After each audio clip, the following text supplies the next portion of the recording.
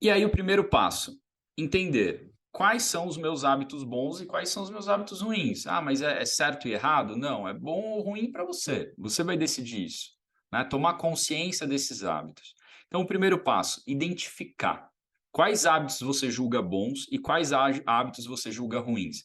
Então, eu pedi lá na aula passada para a gente fazer um diáriozinho do nosso comportamento, onde a gente vai anotando todos os nossos automatismos. E a Sil até brincou que ela falou: Meu, eu parei porque estava enorme a lista. Tudo que eu faço é automático. Aí, dessa listinha que você fez, você vai identificar. Tá, a maioria aqui é ok, é de boa, legal. Mas muitos deles não são tão de boa assim, não são tão legais. Aí você pega esse ato legal aqui. Por exemplo, eu não estou muito contente, eu estou um pouco sobrepeso, eu não estou muito contente com o meu peso e tal. Tá, você não está contente com o seu peso. Então, qual que é o seu objetivo em relação a isso? É perder peso. Então, a alimentação é hábito. Então, eu tenho que olhar para a minha alimentação.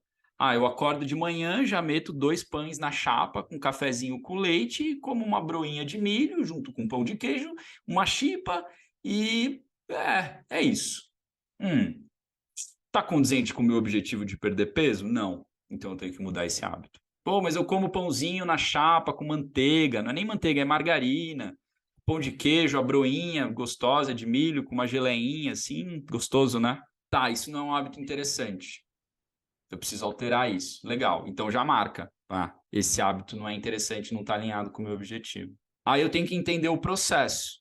Esse já é uma segunda etapa de tomar consciência desse hábito que eu não está alinhado com o que eu quero para minha vida. O que significa entender esse processo?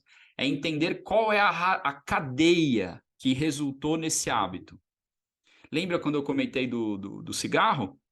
O cigarro é fácil de você entender qual é a cadeia, né? Eu era menino, estava criando ainda meu imaginário, era muito legal, tinha vários comerciais na TV, os caras mais legais fumavam cigarro, era o pessoal mais velho e tal, mais descolado.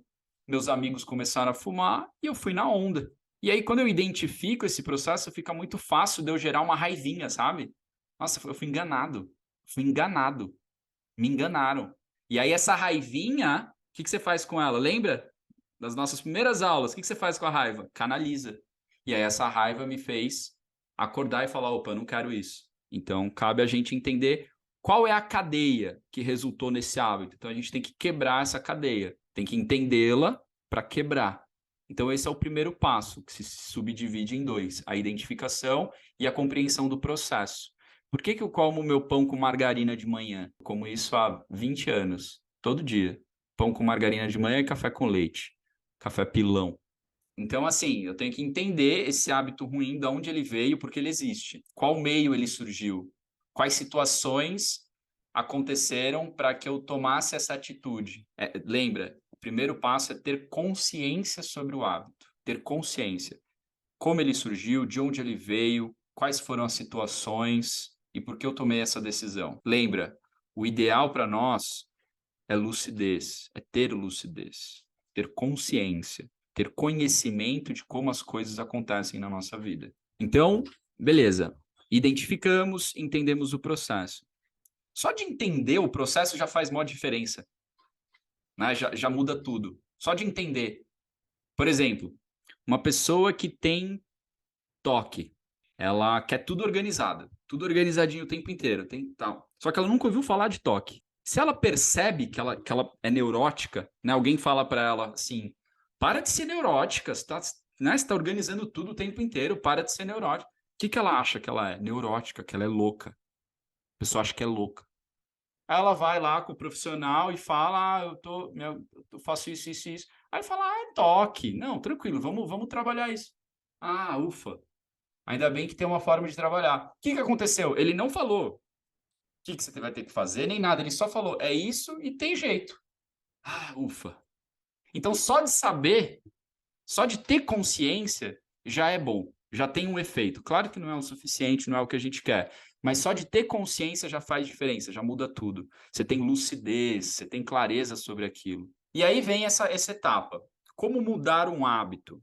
Então, eu quero gerar um círculo virtuoso da mudança de hábito. Então, eu tenho lá o primeiro passo que está aqui, ó, a identificação e a compreensão do processo, que é isso aqui.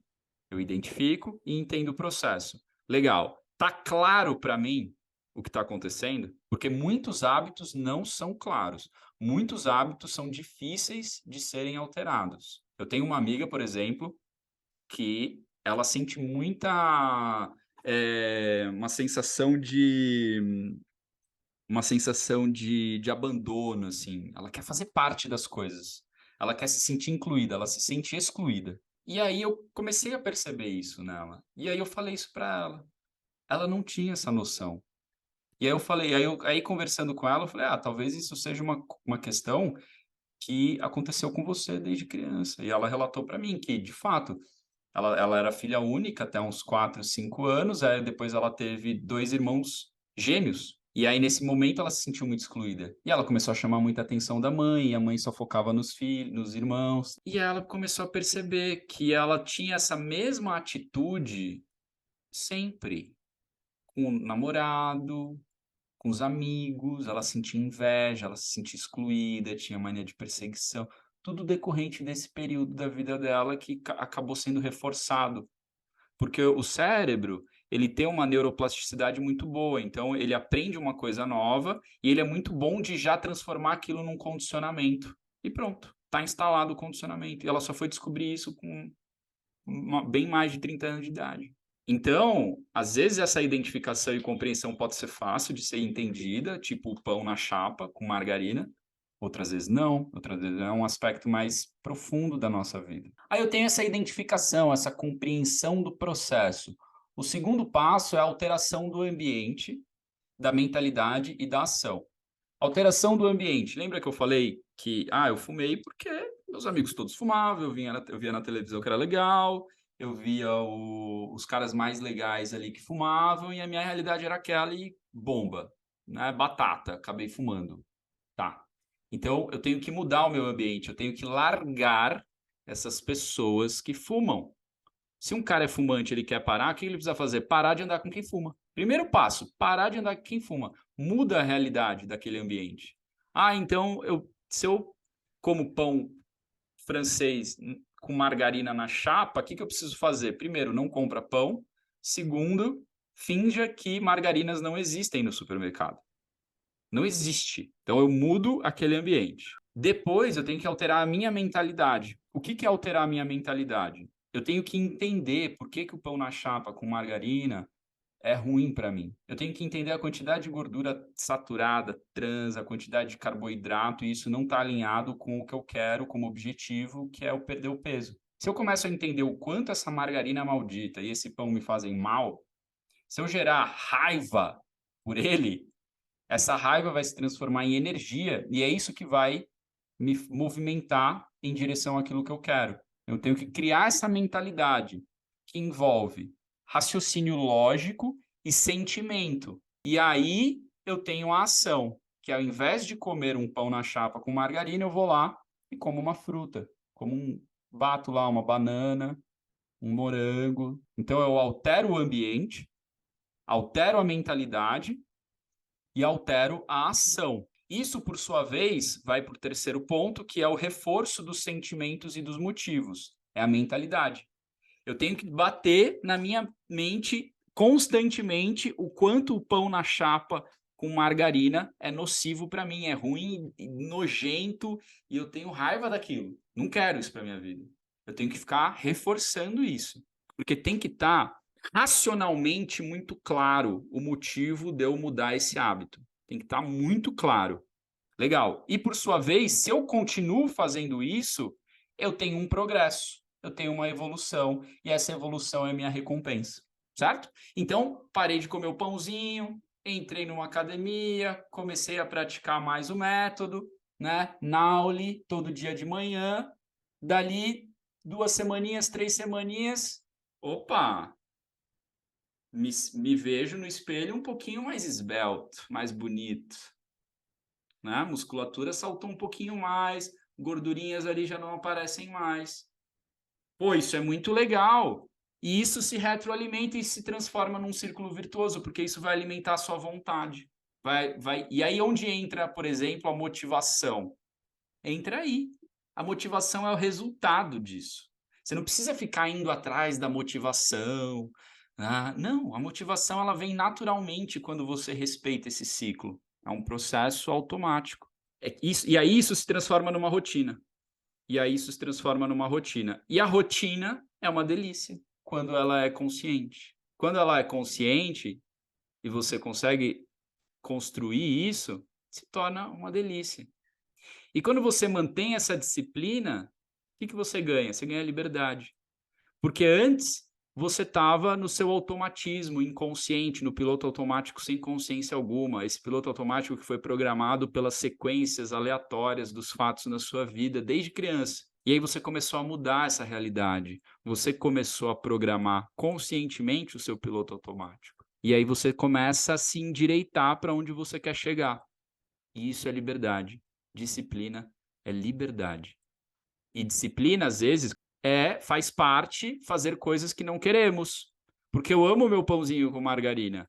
Eu amo minha chipa, meu pão de queijo, minha broa com geleia de morango, feito pela vovó. Eu amo isso. Mas eu tenho que ter a disciplina de não comer isso. Porque eu não quero. Porque eu não, a minha vontade maior, meu objetivo final tem que ser maior do que minha vontadezinha efêmera, passageira.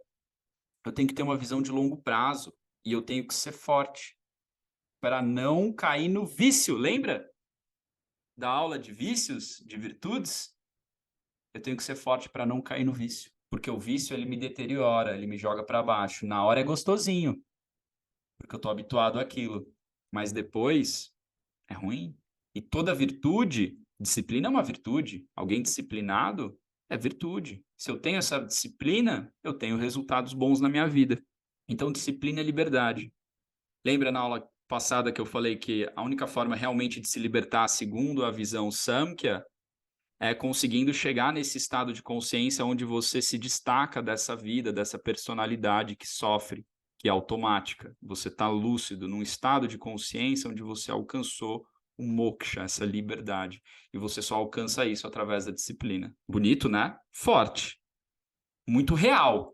Muito sincero. Muito honesto. Mas é bonito. Não é bonito de ver alguém disciplinado? Alguém que vai lá e faz, todo dia a mesma coisa para alcançar um objetivo, um atleta, por exemplo. Não é bonito de ver um atleta? Quando ele vai nas Olimpíadas e ganha o ouro, aí você vê o treinamento dele como é, você vê a alimentação, você vê a mente, a mentalidade dele como é, tudo tá alinhado. É um cara disciplinado, é bonito de ver alguém disciplinado. Por quê? Porque é uma virtude. Toda virtude é É, bu- bonito de se ver. Então, disciplina é liberdade, rotina é uma delícia. Você sabe que vocês sabem, né? Eu viajei por muito tempo, fiquei 7 anos viajando. Embora tinham micro rotinas na minha vida, eu carecia de uma rotina, de fazer todo dia a mesma coisa. Eu não conseguia fazer por muito tempo as mesmas coisas todos os dias, os mesmos horários, né?